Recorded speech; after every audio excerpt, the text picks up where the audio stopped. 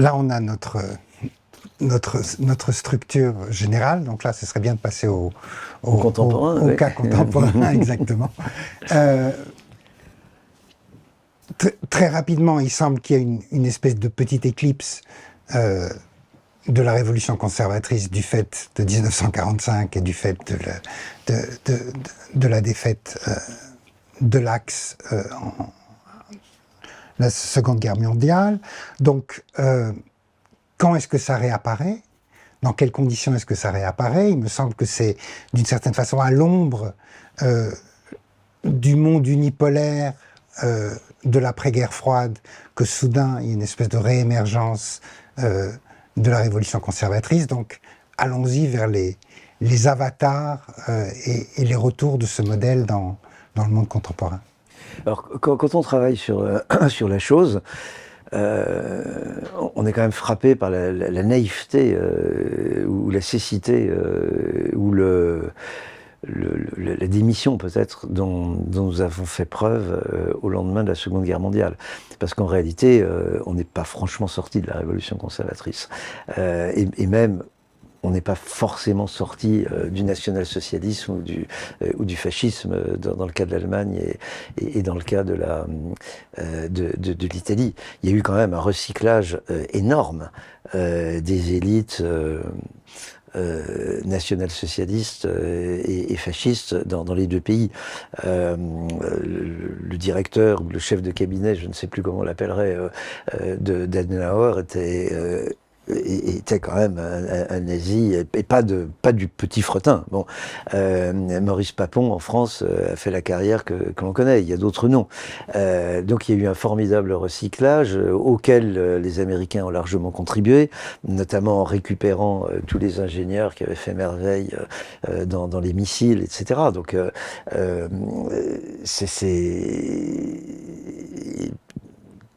en Amérique latine, il y a eu un très grand recyclage de nazis et qui ont assuré une certaine continuité ou une certaine dissémination ou essaimage de la révolution conservatrice, voire du national-socialisme dans ces pays.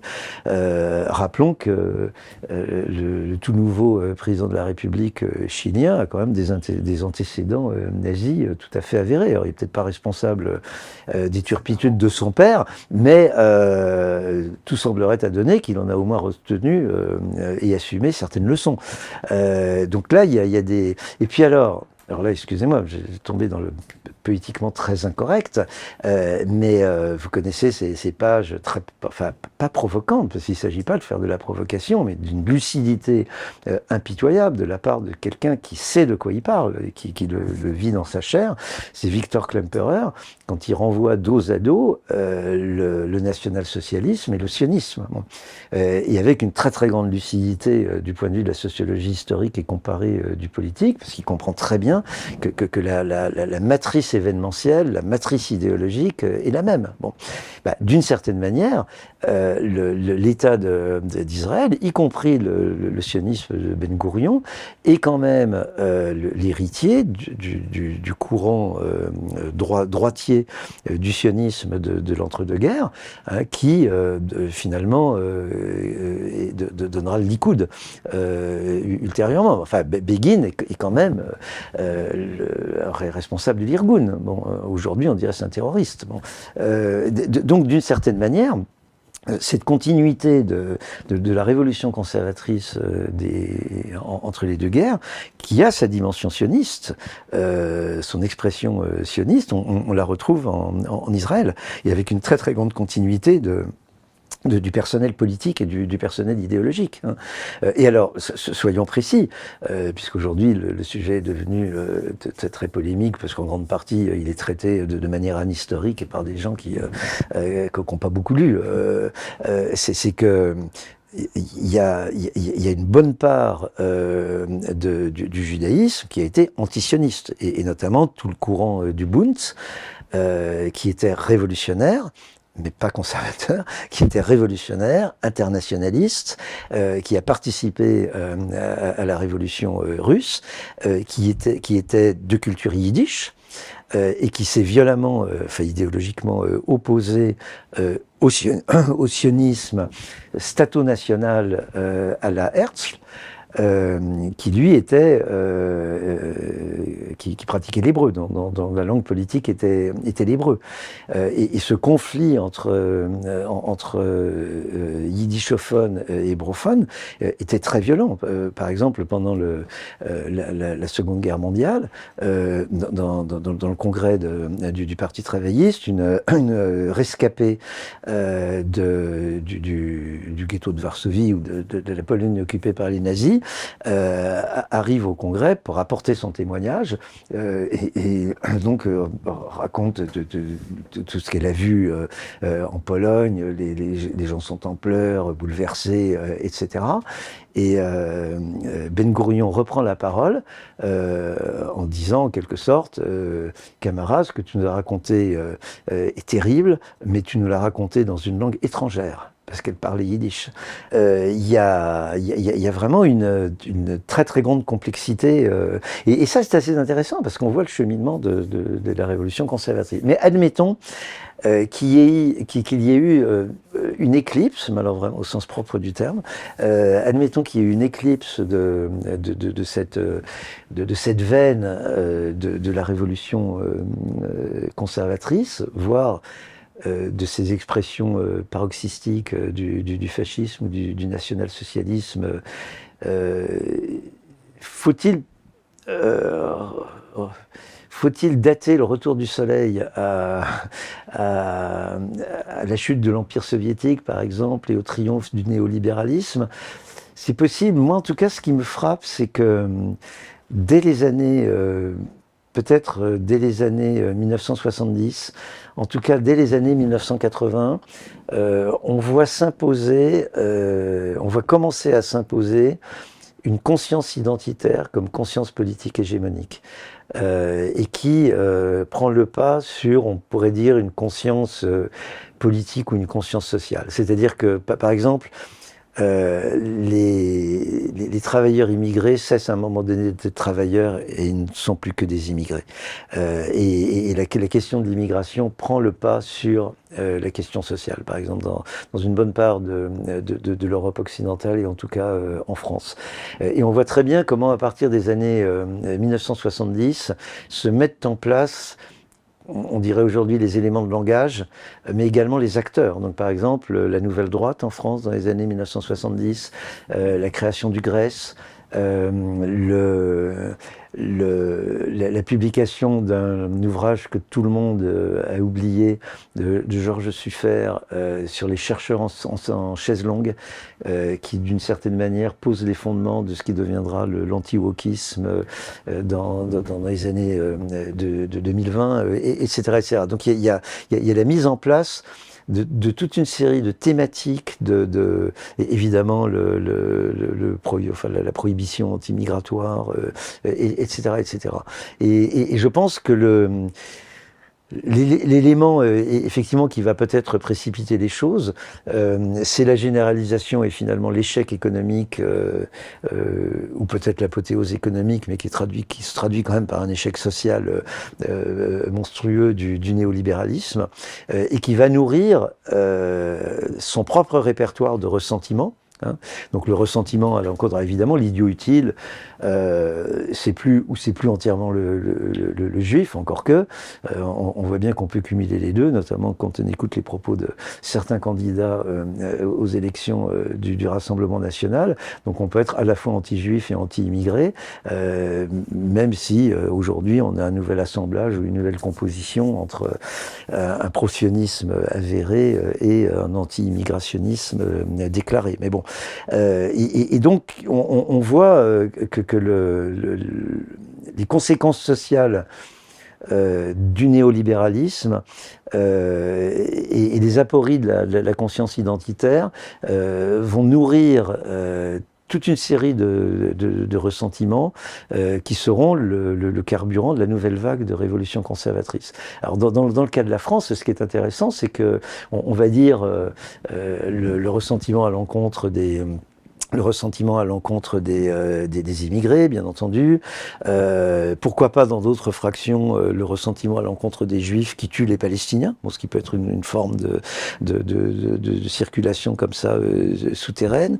Le ressentiment des régions à l'encontre de Paris. Il y a quand même un ressentiment anti-parisien qui est extrêmement fort, donc les bobos, etc., tout ce que l'on connaît bien. Et puis, il y a des choses qui sont encore peut-être plus intéressantes. C'est par exemple la résurgence du traumatisme et des ressentiments créés par l'Algérie française, pas par la guerre d'Algérie. Très important, le ressentiment des pieds noirs, bien entendu. Bon, ça c'est évident dans le vote Front National puis Rassemblement National. On a le ressentiment des appelés, c'est-à-dire tous ces jeunes plutôt de milieux modestes, notamment paysans, qui sont allés faire la guerre d'Algérie, qui ont subi des choses horribles, qui ont commis des choses horribles, et qui reviennent en France sans aucun accompagnement psychologique, parce qu'à l'époque ça se fait pas, et sans même que l'on reconnaisse qu'ils ont participé à une guerre, puisque la guerre d'Algérie n'existe pas officiellement, ce sont les événements d'Algérie. Et ça a été très bien mis en littérature par Laurent Mauvigné dans son roman Des Hommes. Donc il y a un traumatisme enfoui dans la société française, et puis d'autres ressentiments, comme par exemple le ressentiment des hommes virilistes par rapport à la transformation des mœurs, à l'affirmation sociale des femmes, aux transformations des relations sexuelles et de genre, etc. Donc là, on voit bien comment il y a toute une série d'eaux souterraines qui tout d'un coup refont surface et nourrissent de nouveaux avatars de la révolution conservatrice, mais avec parfois des très grandes continuités idéologiques, y compris avec des relations génétiques concrètes très précises, comme avec des personnages, comme par exemple Le Pen père, qui a été le directeur de campagne de Tixier-Vignancourt en 1965. Et Tixier-Vignancourt, c'est quand même un camelot du roi des années 1960. Il était pétainiste, il a été l'avocat qui a défendu Céline, et il a été membre fondateur déjà d'un rassemblement national dont en 1954-55, dont la première mesure était ce qu'on appellerait aujourd'hui la préférence nationale. On voudrait te faire sortir d'Europe, là. Oui, voilà, pour illustrer un petit peu, pour finir, la pluralité des régimes qui pourraient relever de ce paradigme, de cet idéal type, pourrais-tu détailler quelques cas sur lesquels tu as travaillé à différents moments de ton itinéraire intellectuel, que ce soit la Turquie, les régimes militaires du Sahel et plus récemment le Sénégal, ou bien encore l'Iran, sur lequel il y a évidemment un enjeu directement contemporain? Oui, mais peut-être pour commencer la Russie qui est très intéressante, parce que on a le ressentiment et Poutine c'est une caricature d'homme du ressentiment. C'est-à-dire que lui, il n'a toujours pas surmonté le traumatisme de la chute de l'Union soviétique. Il n'a apparemment toujours pas surmonté le traumatisme de la guerre civile de 1917 mais 1920-21, qui effectivement qui est une guerre complètement enfouie de notre conscience historique, mais qui est une guerre qui a provoqué des millions de morts, hein, et une guerre de dingue, avec des combattants qui combattaient ivres morts et cocaïnés jusqu'au bout. Enfin, c'était une horreur, cette histoire. Et Poutine, l'imaginaire de Poutine est hanté par ça. Ressentiment à l'encontre, bien entendu, de l'Occident et de l'OTAN qui menace la Russie, le ressentiment de la trahison enfin à propos de la Libye, c'est-à-dire que Poutine a accepté de se faire embarquer dans l'opération franco-anglo-américaine contre Kadhafi, mais l'engagement de ces trois pays, c'est qu'il n'y aurait pas de changement de régime, mais il y a eu changement de régime, y compris avec liquidation de Kadhafi, le ressentiment de la guerre du Kosovo. Donc c'est un homme du ressentiment, et c'est un homme du passage de l'empire à l'État-nation, et je crois que de ce point de vue il est tout à fait conforme à l'idéal type. Et ce qui est intéressant, c'est qu'il va, d'une certaine manière, être porté peut-être, mais en tout cas paterné, toute une série de lignes de continuité entre une révolution conservatrice russe de l'entre-deux-guerres ou même de la première ou de l'avant-première guerre mondiale, notamment qui prend notamment le visage du cosmisme russe avec des gens comme Fudorov, etc. Et cette sensibilité, d'une part, elle va prospérer dans l'immigration, dans la diaspora russe, y compris d'ailleurs en France, où il y a beaucoup de Russes blancs qui trouvent refuge et qui vont alimenter cette espèce de cosmisme russe ou de vision et qui vont être en relation dialogique avec la révolution conservatrice à la française et jusqu'à aujourd'hui d'ailleurs. Et puis, dans les années, à la fin des années 50, il va y avoir notamment avec le dégel khrouchtchevien, il va y avoir tout un courant des romanciers de village qui va réactiver une espèce de slavophilie littéraire. Il y a, dans les années 1960, il y a des gens qui vont parier sur la convergence, notamment des sociologues, sur la convergence du modèle occidental et du modèle soviétique, notamment sous la houlette des ingénieurs, des technocrates, etc. Alors pour eux, ça c'est l'horreur. Ils vont réactiver une veine slavophile qui va être tenue un peu à distance, mais dont les Komsomol seront un des foyers. Et tout cela nous mène finalement à la chute de l'Union soviétique. Et là, ces idéologues, ils vont être complètement désorientés par l'adoption du néolibéralisme, par les effets dévastateurs du néolibéralisme sur l'économie russe, mais également sur la population, l'appauvrissement, etc., la dégénérescence. Poutine en est l'expression. Et finalement, pas Poutine, Yeltsin, et finalement Poutine va emporter la mise et il va avoir des relations assez complexes avec ces courants qui vont s'affirmer dans toute une série de publications, etc., et qui vont alors véritablement faire une jonction explicite entre la slavophilie ou la révolution conservatrice slavophile de l'entre-deux-guerres ou même de l'avant-première guerre mondiale et l'idéologie patriotique soviétique, on va dire. Bon. Et qui vont spiritualiser, au sens vraiment où ont pu utiliser ce terme des gens comme Spengler ou comme Jünger entre les deux guerres. Ils vont spiritualiser la technologie, y compris la technologie nucléaire, donc notamment spiritualiser les missiles. Bon. Et Poutine va jouer avec ces gens-là, et il va quand même assez largement acheter leur kit idéologique à partir de l'annexion de la Crimée, à partir de Maïdan, de l'annexion de la Crimée, et notamment dans le contexte du Donbass où il tenait un peu à distance ces gens-là, il va quand même de plus en plus les coopter et s'appuyer sur eux sans véritablement s'identifier à eux. Donc il y a une espèce de pluralisme comme ça idéologique dans un contexte autoritaire, mais qui est assez commun dans les régimes autoritaires.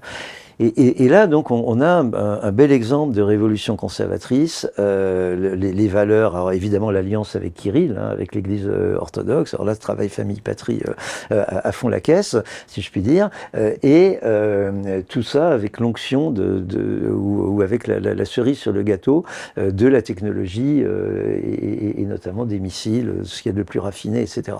Et alors, là, on a cette connexion entre ces courants idéologiques en Russie et par exemple la nouvelle droite en France. Le dialogue est très précis, donc l'alliance ou la sympathie de Marine Le Pen et du Rassemblement national par rapport à Poutine, il y a quand même un soubassement idéologique qui est plus profond. C'est la nouvelle droite, c'est le Grèce. Donc là, il y a toute une relation dialogique. Mais ce qui est intéressant, me semble-t-il, par rapport aux questions que vous me posez, c'est la connexion sous forme d'alliance diplomatique et militaire qui s'est effectuée entre la révolution conservatrice russe sur fond de ressentiment tel que je l'ai rapidement évoqué et les révolutions conservatrices du Sahel en Afrique. Bon. Donc en Afrique, on a ce fond de ressentiment. Là, il n'y a que l'embarras du choix, la traite esclavagiste, la colonisation, la politique anti-migratoire dont il faut quand même rappeler qu'elle se solde par des milliers de morts chaque année. C'est-à-dire que la politique anti-migratoire de l'Union européenne est une politique criminelle au sens propre du terme. Bon. L'humiliation dans les consulats, etc. Tout ça a été une machine à produire du ressentiment anti-français ou anti-européen de manière évidente. Et moi, travaillant sur l'Afrique, et avec d'autres collègues, on avait tiré la sonnette d'alarme dès les années 1980. Donc il y a tout ce ressentiment. Et là, il y a une connexion assez évidente, c'est-à-dire c'est le ressentiment anti-occidental, donc russe et africain, même combat contre l'impérialisme occidental. Le Sénégal, dont la révolution conservatrice est authentiquement démocratique, hein, elle a été portée au pouvoir par des élections démocratiques et beaucoup plus démocratiques que l'arrivée au pouvoir du national-socialisme en Allemagne en 1933. De vraies élections démocratiques, mais qui ont mis au pouvoir effectivement une majorité de révolution conservatrice qui a son historicité propre, parce que les leaders politiques de la nouvelle majorité sont des gens qui viennent de l'islam réformé, alors que l'establishment religieux de l'État sénégalais, officiellement laïque, c'est l'establishment des confréries, de la Mouridia, la Tidjania, maintenant la Kadiria, c'est la Mouridia. Et donc l'establishment politico-religieux, c'est un establishment confrérique, et ceux qui viennent de prendre le pouvoir et qui sont les porteurs de cette révolution conservatrice sont des gens qui viennent de l'islam réformé et qui sont des gens plutôt des subalternes de la société. Et là, on retrouve l'oxymore de la révolution conservatrice.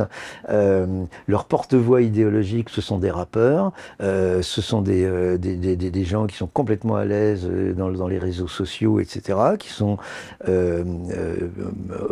islamiquement orientés, on va dire, adeptes qui n'est pas un fondamentalisme, mais qui est plutôt, oui, enfin, quelque chose d'assez proche du salafisme, on va dire, mais qui n'est absolument pas djihadistes.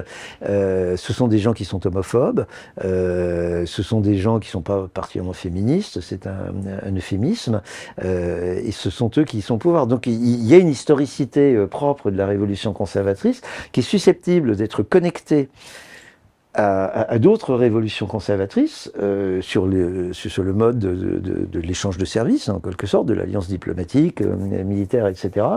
Mais chacun est quand même dans son couloir de nage, quoi.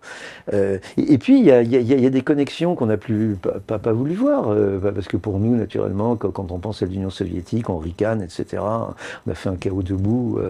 Mais on a complètement oublié qu'une bonne part des élites africaines ont été formés par l'Union soviétique, ils sont allés à l'université Patrice Lumumba. Alors effectivement, ils étaient en but au racisme, ce qui n'arrivait jamais en France, bien entendu. Il n'y avait absolument aucun problème de ce genre. Mais bon, ce sont les années de leur jeunesse, ce sont les années où ils ont dansé, ils ont trouvé des défis, souvent des femmes, où ils ont appris leur métier, etc. Et ils sont revenus dans leur pays. Et ça, c'est pas simplement dans les pays dits socialistes comme le Mali ou la Guinée. Le Maroc, qui est un pays diplomatiquement, on va dire, modéré, pour reprendre la terminologie habituelle, au Maroc, il y a plein d'ingénieurs, d'intellectuels, etc., qui ont fait leurs armes en Union soviétique et qui ont en gardé un très beau souvenir. C'était l'Union soviétique du Spoutnik, c'était l'Union soviétique, oui, de l'arme atomique, d'un développementalisme qui aujourd'hui nous paraît complètement aberrant, parce qu'évidemment, sur le plan écologique, industriel, etc., c'est une catastrophe. Mais à l'époque, l'Union soviétique, c'était quand même l'avenir radieux. Et il y a plein de gens qui restent fidèles à cet imaginaire de leur jeunesse.